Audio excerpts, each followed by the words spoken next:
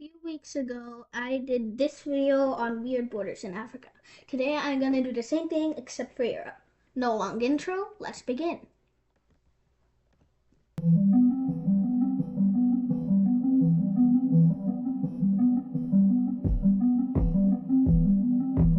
First, with the one on the thumbnail, we have Barl Hertog.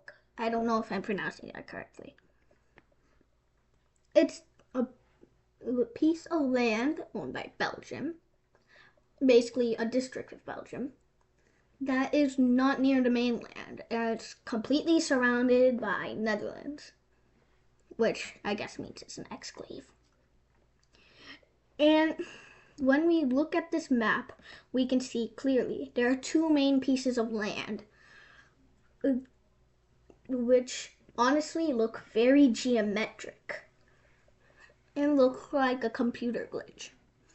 And inside this, we have houses in the Netherlands, meaning that you can literally walk out of the house and come into Belgium.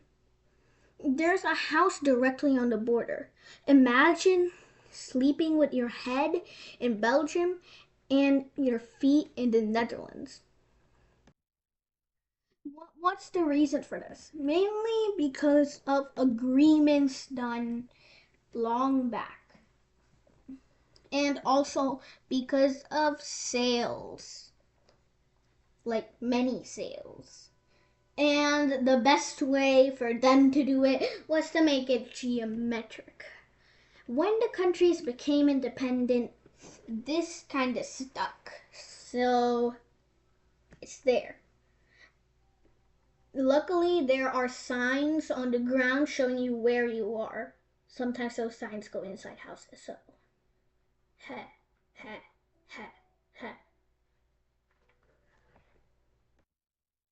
This is probably the most famous example of a weird border in Europe. Fun fact, their flag actually looks like a northeastern state flag, where the emblem sits on a blue field. That's the emblem.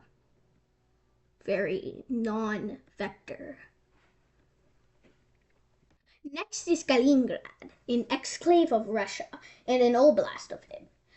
Most people are ethnic to Germany, yet it is part of Russia, and it is surrounded by Poland and Lithuania. Why couldn't it go to Germany? Or why couldn't it go to Poland or Lithuania? Well, it once was part of Germany for a long, long time. However, when Nazi Germany rose and then fell, it went to Russia, not Russia, the Soviet Union. And when the Republic became independent, Kaliningrad stayed. They actually did offer it to Germany, but they refused. And now it is part of Russia. And they do not have any plans currently for it to go back to anyone.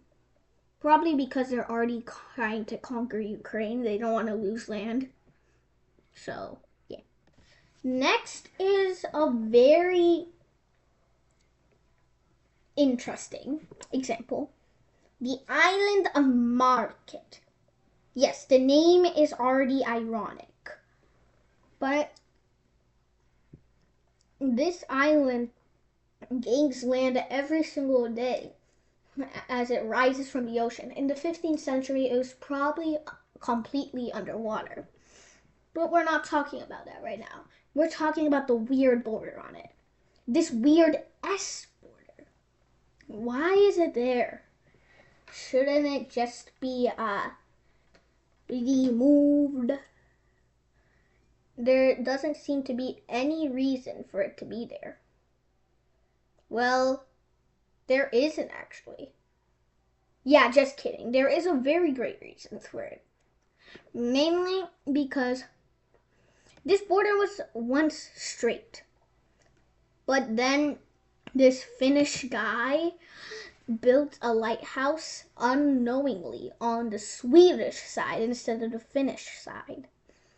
To solve this while still distributing equal land, the Finns and the Swedes made this border, which honestly makes a lot of sense when you think about it.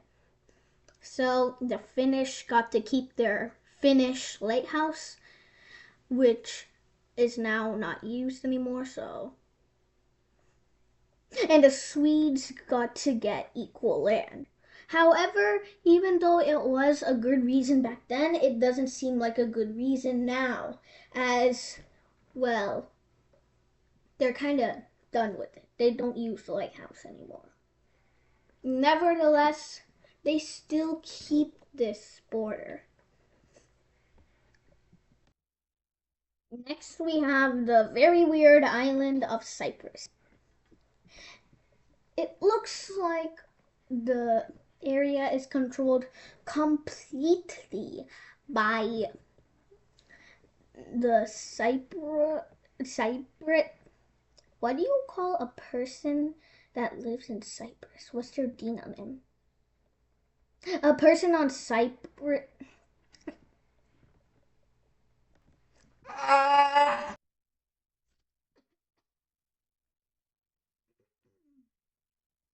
Okay, it seems like it's controlled by Cyprus, the entire island.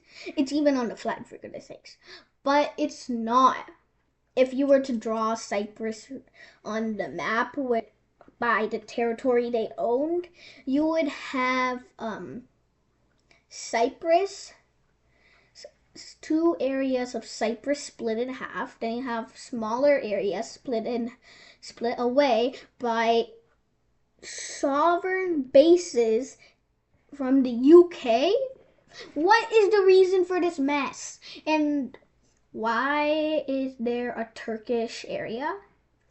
Well, basically, the southern part of the island, Cyprus is a transcontinental country, the southern part of the island and the European side of the island is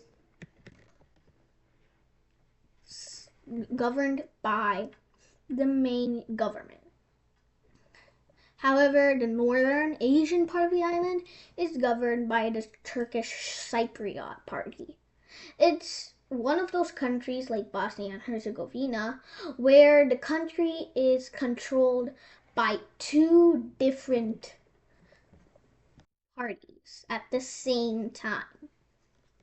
The Cypriot area claims control to the entire island as an independent country and is supported by Turkey.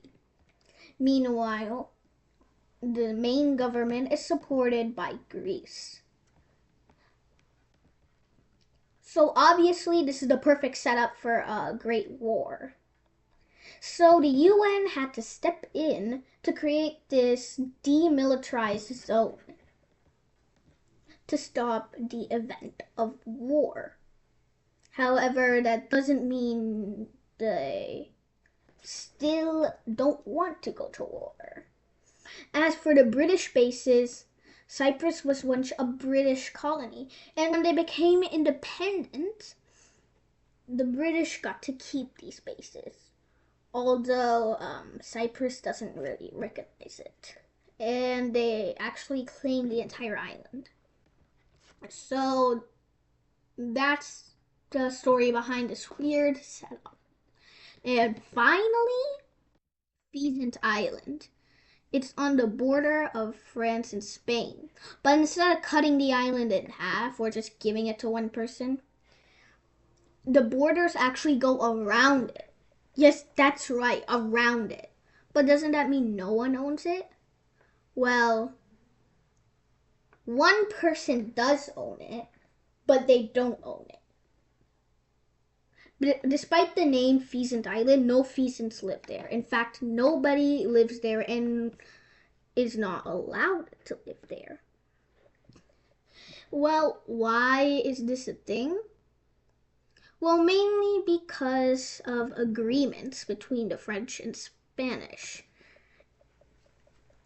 And this is where I explain why the weird thing, yes and no. Basically, each country holds the island for 6 months. France starts off the year having it for January. But in January 31st, it goes to Spain, who will then have it until the end of July, where it goes back to France for the rest of the year. If you count correctly, that is 6 months. France has it for January, August, September, November, December, and October. And the Spanish have it for, let's see here, February, March, April, June, and July, and don't forget May. So basically, if one person did live on the island, of course it wouldn't matter because France and Spain are in the Schengen area. But if one person did live on the island, they would be in 2 different countries, depending on what time of year it is. Imagine living inside a house as a French person, and then boom, on February you're suddenly in Spain, and then you start to get used to it, but then boom, you're back in France in August. Very peculiar indeed. Anyway, that is the entire video. We explored 5 different reasons for 5 different weird borders. Unlike Africa, this was not because of colonization, because the main colonizing powers were right here. Some were because of a war or the prevention of a war. Others were because of mistake. And others were just agreements that stick. Thanks for watching. If you like this video, consider subscribing, and I'll see you next time.